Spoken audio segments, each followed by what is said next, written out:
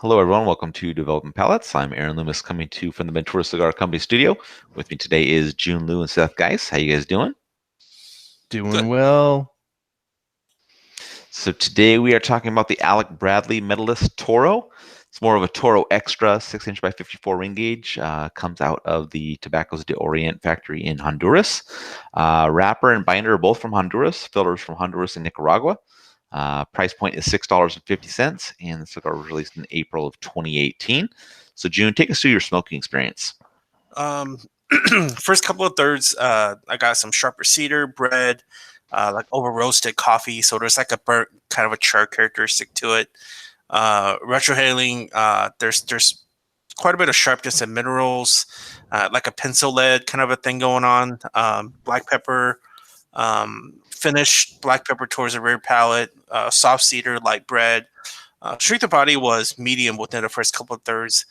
And then, other than that, I mean, the last third is kind of where the cigar changed for me. That's kind of what we're talking about. So a couple of things happening in the last third.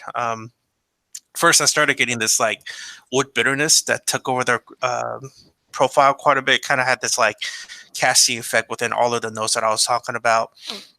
Second, I felt the strength also all of a sudden it shifted from that medium to medium full, which is really interesting. It's almost like a light switch that just happened. I was like, oh shit, like I'm gonna have to eat some I don't know, some sweet. Um, so that was kind of the flavor profile of the cigar. In terms of construction, it was really good. Burn was a notch below our perfect score because I found some like ash flakiness to it. Not a big deal, but burn was even, cool burn, good amount of smoke production, and draw was just perfect. How about you, Seth? What was your smoking experience like? Yeah. I just realized I'm gonna have to revise. I thought it was a Honduran Puro, and I just realized it's not. It's got some Nicaraguan tobacco in there. Um, Tons of spice to begin with, man. Tons of black pepper I found right out of the gate, and it just kind of overwhelmed me. With that though, there's some earthy qualities. There's some cereal, some cedar, and some cashew notes. I can't talk tonight, man. I'm struggling. Taste any hater on this one? What's up? Taste any hater on this one? Hater. No, there's no hater on this one, man. Actually, there's tons of hater on this. When I get in the second third, the pepper kind of comes down a little bit. It's showing some vanilla beans, some caramel. It's still showing that cereal, cedar creaminess to it. So the second third I found is a little bit more enjoyable. Then when I get into the final third, it's just kind of a return of that pepper. It's still showing some like cedar and cereal notes, but it's just lacking in balance in terms of the flavor department. Kind of medium full, I'd say. I mean, it felt like a medium full in the first third. Second third probably brought it down more to a medium. Final third probably back up to the medium full. Burn was very good from start to finish. Didn't have any problems in that sense. Smoked pretty well. Draw was a little bit snug, which I'm not opposed to. And it kind of worked in the favor of this huge Toro. I feel like if it was too loose, it just would have combusted. But yeah, good burn line, solid draw. How about you, Aaron? Yeah, for me, cigar started with wood, creaminess, some black pepper. About half a chin, the black pepper picks up, takes a lead over the profile. Has a long lingering finish to it as well. About an inch in, wood, cream, pepper, all back to equal levels. Retro has creamy wood up front with the faint black pepper in the background. As the first was wrapping up, the cream became quite faint, pretty even in the background with the pepper, while the wood was the primary component. Strength is kind of mild medium there. And then getting in the second third, wood starts to gain some char. Cream and black pepper still pretty faint in the background. A little further in, a little bit of mustiness joins the profile. The cream and the black pepper leaves the profile. And then a little bit further in, wood becomes more defined as oak. Still carries a little char to it, while the mustiness is right behind it. About an inch and a quarter char becomes really faint. Retrohale is kind of a musty oak note. A little bit of hay joins in as the second third's wrapping up. Strength bumps up to slightly below medium. Then in the final third, hay note, even with the musty oak in the profile, it starts to become fairly dry. Retrohale has the hay slightly ahead of the musty oak. And then about an inch in, a little bit of char rejoins the musty oak along with the hay, and the profile's still fairly dry there. And then about an inch and a half in, some cream joins in, kind of eases up a little bit on the dryness. And as the cigar wraps up, oak gains a kind of a young green note to it. The mustiness, hay, and cream are all still there, and strength bumps up to medium. In regards to construction, the burn was a little bit wavy at times, but was pretty straight most of the way. Ash held on 2-inch increments. And then I thought the draw was perfect. Red mountain resistance that I prefer, so no issues there. So Jiunn, overall thoughts on this one? So, well, okay, about this exact cigar first. I thought it was a good representation of decent good representation of like a less heavy smoking experience. It's got good mineral cedar, got wood components, got that toastiness.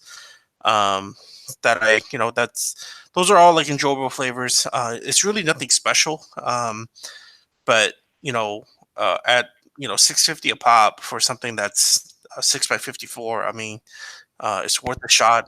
And of course, with any of these MSRP pricing that we have in the industry, in our little cigar world, you could probably find it cheaper than that. So it's a there's a lot of value to this cigar, but in terms of like the flavors, I don't think it's anything that's like special.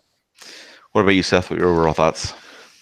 Yeah, I'm just really disappointed with it. I just thought it was a poor blend. I don't think there was much to it. I think the black pepper in the first third was just too much. I mean, second third had some redeeming qualities, but then the final third, it just kind of faded away.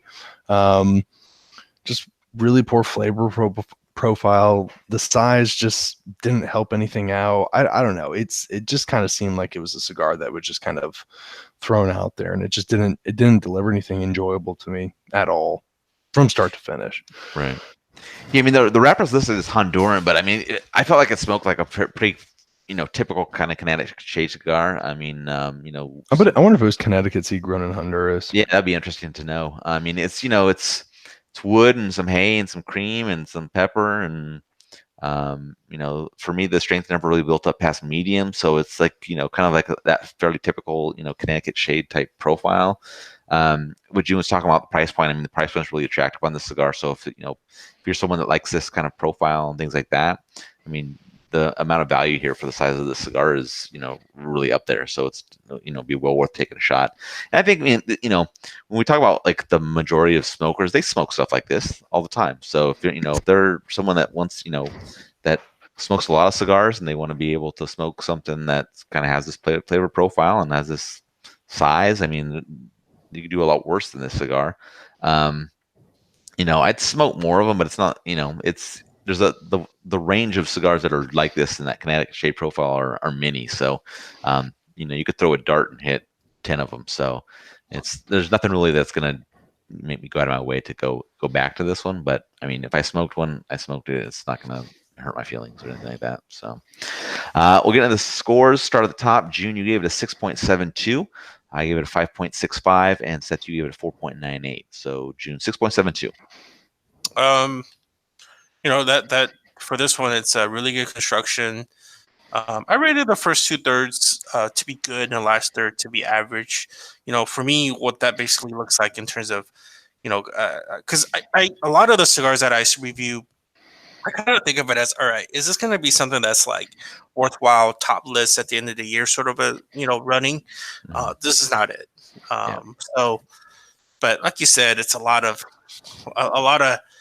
cigar. A lot of people that smoke cigars, regardless of the frequency of cigars smoked, smoke this kind of cigar, right? Yeah. I personally hope that Alec Bradley would come out with more like the Magic Toast and that kind of stuff, because this, as more the like cigar.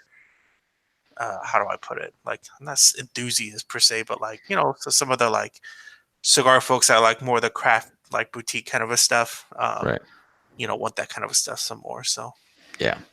So I give it 5.65. That matches up perfectly. I mean, it's a fairly average flavor profile with really good construction. So that's kind of hits where that hits. Seth, 4.98. Yeah, just crash and burn, baby. Yep. All right, if you're just catching this video on YouTube, be sure to subscribe to us, but also check out the full written review on the website, developingpalace.com. Be sure to follow us on all the social media channels, and you can catch all of our review recaps on podcasts, iTunes, Google Play, and Podbean. Thank you for tuning in. We'll catch you on the next one.